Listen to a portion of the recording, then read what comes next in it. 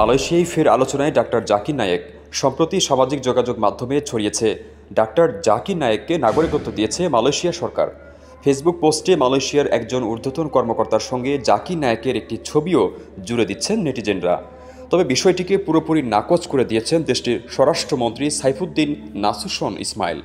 সামাজিক যোগাযোগ মাধ্যমে ছড়ানো ডাক্তার জাকির নায়েককে মালয়েশিয়া নাগরিকত্ব দেওয়ার দাবিকে সম্পূর্ণ মিথ্যা বলে উড়িয়ে দিয়েছেন তিনি।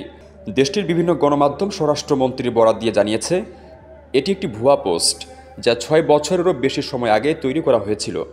পোস্টে ব্যবহৃত ছবিতে দেখা যায় তখনকার পেরকাসা প্রধান ইব্রাহিম আলী ডাক্তার জাকির নায়েককে পাহলওয়ান পেরকাসা পুরস্কার দিচ্ছেন।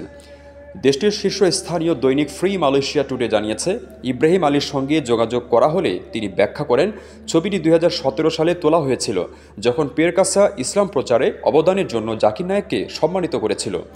এর সঙ্গে মালয়েশিয়ার নাগরিকত্ব পাওয়ার কোনো সম্পর্ক নেই। এটি সম্পূর্ণ মিথ্যা এবং জনগণকে বিভ্রান্ত ও রাজনৈতিক উদ্দেশ্যে উস্কে দেওয়ার জন্য করা হয়েছে। ফ্রি মালয়েশিয়া টুডে আরও জানিয়েছে, 2015 সালে বারিসান ন্যাশনাল সরকার ডাক্তার জাকির নায়েককে মালয়েশিয়ার স্থায়ী বাসিন্দার মর্যাদা দেয়।